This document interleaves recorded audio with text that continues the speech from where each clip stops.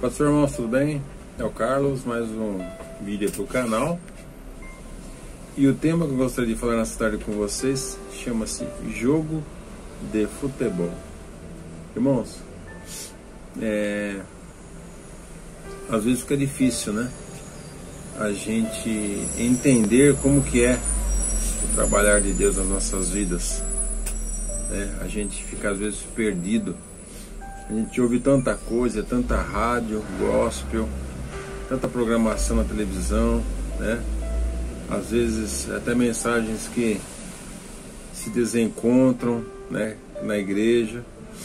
E a gente acaba às vezes sem base, a gente acaba às vezes sem ter uma direção realmente verdadeira, né? Então, Deus trouxe no meu coração o seguinte exemplo, né? Nós vemos que Jesus usava parábolas, né, para poder esclarecer alguns assuntos importantes que ele tinha. E o Senhor colocou no meu coração o jogo de futebol, né? E diante de um jogo de futebol, da forma que ele é feito, da forma que é formado a time, a escalação, a gente pode entender um pouco de como é que Deus ele trabalha, né, em nossa vida. Se a gente parar, né, para prestar atenção em um jogo de futebol, né, existe o time e existe ali o técnico, né, o técnico do time. E o técnico ele é responsável por montar a equipe, responsável por falar quem é o goleiro, quem é o centroavante, quem é o direito, meia direita, meia esquerda, né? Ele é o responsável porque ele conhece as qualidades de cada jogador e onde eles serão melhores utilizados. E eu quero trazer isso dentro dessa digamos que seja uma parábola, né, de jogo de futebol, de um time de futebol para a igreja, para nossas vidas.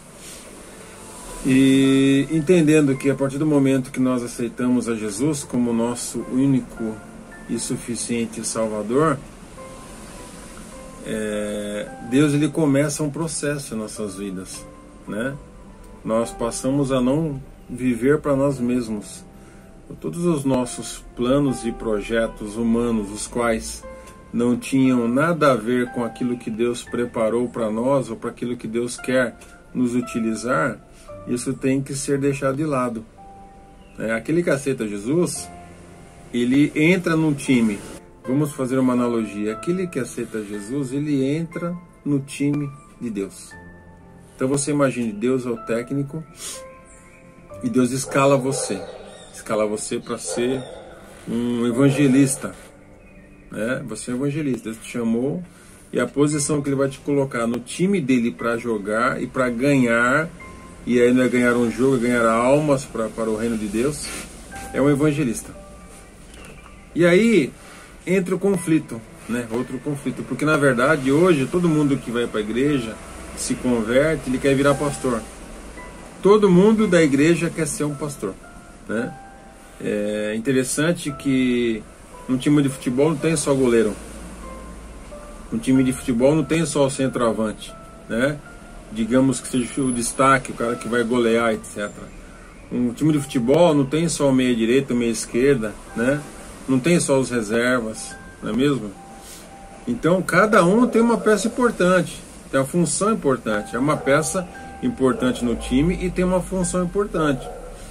No reino espiritual, cabe a nós buscarmos a Deus, depois que nós aceitamos Ele como nosso, né, Salvador, ainda que Ele seja, nós aceitando ou não, Ele será Senhor, etc. Mas assim que quando nós assumimos um compromisso com Deus, cabe a nós buscarmos a Deus para sabermos aonde que é o local que Ele nos quer, né? Qual é a função que Ele tem em nossas vidas? A Bíblia diz que Deus chamou uns, pastores, apóstolos, profetas, né? Então foi Deus quem chamou, não é o homem que chama, não é o que eu acho, o que eu penso. O que eu acho, o que eu penso, os anseios da minha vida, um exemplo, eu vou para a igreja, você tem um compromisso com Deus, eu quero ser pastor, isso não quer dizer nada. Se Deus não me chamou para ser pastor, eu não vou ser pastor. Eu não vou ter o chamado pastoral. Eu não vou ter a unção pastoral. O que vai acontecer? Eu, por não querer buscar a Deus e confirmar aquilo que Deus me chamou para fazer na igreja, o que vai acontecer? Eu vou sofrer, eu vou fazer pessoas sofrerem, porque queira ou não queira, hoje em dia é fácil ser pastor. Eu faço uma teologia, né? Eu me esforço ali na igreja. Eu sou, de repente, uma pessoa que fala bem, uma pessoa que se expressa bem, uma pessoa que chama atenção. Eu sou uma pessoa que atrai, né, outras pessoas. Aí, de repente, o líder fala, pô, você não é pastor. Vou ungir ele a pastor, mas e se esse não é meu chamado? Como é que fica? Então, o grande time de futebol, né, que eu vou trazer para a igreja, o grande time de Deus, que Deus é o treinador, Ele é o técnico, e Ele levantou cada jogador, que é cada membro da igreja, para estar numa posição, é Ele que decide, não é a gente que decide. Às vezes queremos tantas coisas na nossa vida e passamos a fazer campanhas e mais campanhas, sai de uma campanha vai para outra, sai de uma campanha vai para outra, e não pergunta para Deus se é isso que Ele quer. Esse é o nosso problema. Nós temos que entender a mente de Deus. Temos que entender os planos de Deus. E nós temos que nos inserir naquilo que Deus quer. Não é obrigar e forçar a Deus a nos colocar onde nós queremos. Isso não existe. Ninguém obriga a Deus. Ninguém obriga a Deus a fazer nada. Uma campanha não obriga a Deus a fazer o que você quer, o que eu quero. Eu sou contra campanhas. Nesse sentido, né? Campanha para busca espiritual, amém, é bênção, né? Campanha para buscar um dom, é bênção. Campanha para buscar graça de Deus, para resistir às obras da carne, é bênção, né? Uma campanha para que Deus nos dê graça para evangelizar, é bênção. Para que Deus nos dê dons, é bênção, né? Nós temos que entender que todas as outras campanhas que visam buscar uma bênção material, algum sonho humano, né, não vai apressar Deus. Deus não é pressionado. Campanha não pressiona Deus em nada. A Bíblia diz que Deus, Ele instituiu os tempos e épocas. Isso é interessante, né? Os apóstolos ali diante de Jesus perguntam: Senhor, quando é que vai acontecer isso, né? Que o reino vai ser devolvido para Israel, que o Senhor vai vir e vai reinar, né? E essa terra vai deixar de existir. Quando vai ser isso? Jesus fala para os seus apóstolos: olha, não vos compete saber tempos e épocas, os quais o Pai determinou pelo seu próprio poder. Então é o Pai, nem Jesus. Ele falou para os apóstolos: é o Pai quem determinou os tempos e épocas das coisas acontecerem. Isso quer dizer o quê? Que nossas campanhas não obrigam Deus a fazer nada, não muda o que Deus tem para nós. Deus tem os tempos e épocas para nós conseguirmos alguma coisa ou não. Isso materialmente falando. Deus tem tempos e épocas para nos levar a fazer a sua obra em um local, em outro local. Tem crente que diz que serve a Deus. Ele vai lá, levanta a mão: aceitei Jesus. Ele continua no trabalho dele, continua fazendo as mesmas coisas que ele fazia. De vez em quando ele vai na igreja, de vez em quando vai numa visita.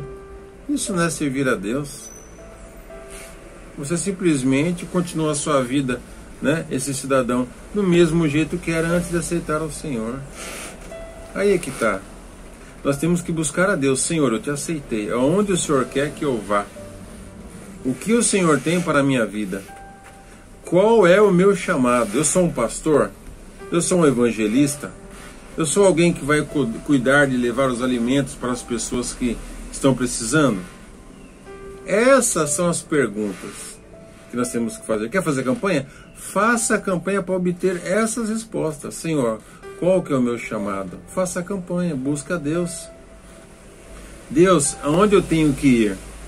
Porque tem crente que põe na cabeça dele que ele quer ir para a praia. Ah, eu quero comprar uma casa na praia porque lá eu me dou bem, lá é mais gostoso, eu tenho parente lá. E sem perguntar para Deus, simplesmente ele põe na cabeça que ele quer ir para lá, ele começa a fazer campanha em cima de campanha. Pode ser que por um esforço dele, né, por ser trabalhador, etc., o negócio dele de repente vá para frente, ele tem uma empresa, etc., pode ser que esse dinheiro venha na mão dele. E aí essa pessoa compra a casa na praia e vai para a praia. E acha que está servindo a Deus. De repente ele buscando a Deus, Deus fala, não é o tempo, você vai ficar aqui onde você está, você vai fazer a minha obra aqui. Aí quando eu quiser, e se eu quiser, eu te libero para você ir para a praia. Te libero para você ir para a Bahia, para o Rio de Janeiro, para São Paulo, para Minas, para onde o desejo do seu coração quer. E isso se a minha obra com você, neste local onde você está, acabar. Aí que está. A gente não consegue entender isso. Não tem como a gente profetizar, determinar, tomar posse de uma coisa que nós não sabemos. Ninguém sabe o que Deus quer fazer. Ninguém conhece os planos de Deus. Não adianta eu dizer que eu sirvo a Deus e continuar buscando coisas para mim, coisas que estão no meu coração, na minha mente. A Bíblia diz que enganoso é o coração do homem, quem o conhecerá. Então quando Deus chama a nós o seu corpo, que é o corpo de Cristo, Deus chama os membros, Deus chama cada um com uma área específica. A Bíblia diz que Deus é o cabeça e nós somos seus membros. E a Bíblia diz que uns são orelha direita, outro é esquerda, outro é olho direito, olho esquerdo, outro é o nariz, outro é boca, outro é língua, outro é pé, outro é mão. Eu quero chamar a sua atenção. Por que a Bíblia diz, Paulo ele fala dessa forma? Por que ele fala, né? Olha, um corpo sem olho é corpo? Não é. O corpo pode falar, mão, não preciso de você, ou o pé, não preciso de você. Não, o corpo é completo. Mas por que Paulo, isso eu quero chamar a sua atenção aqui, de repente você nunca parou para pensar nisso. Por que Paulo foi específico? Pé, mão, orelha, nariz, olho.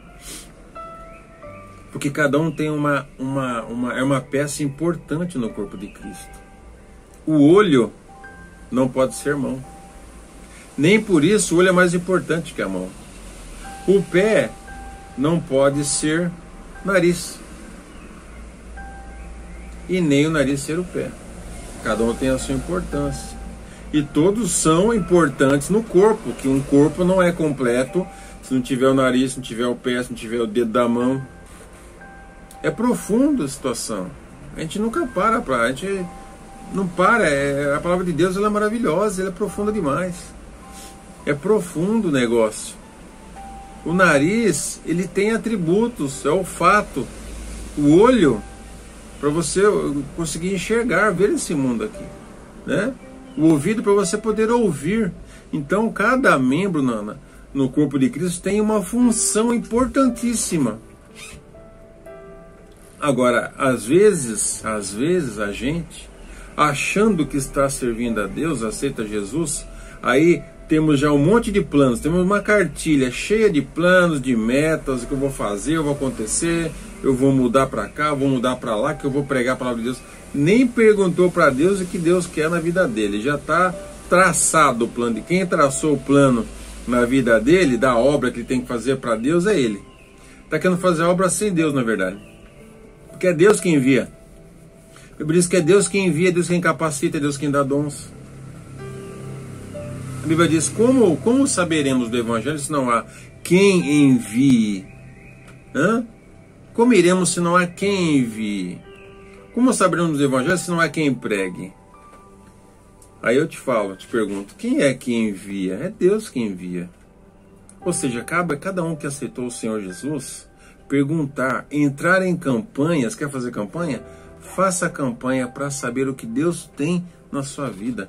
Qual que é o seu chamado? Qual que é a parte do corpo de Cristo que você é? Não ponha na sua cabeça que você é um pastor e ponto final. Todo mundo quer ser pastor. Porque na mente das pessoas, o pastor é o mais importante. Ele é o cara que tem que ser honrado. Ele é o, como meus filhos dizem, ele é o top. O top é ser pastor, né? Como diriam os jovens aí. Só que Jesus, ele fala, olha, o maior de vocês vai ser o servo de vocês. Vocês serão iguais.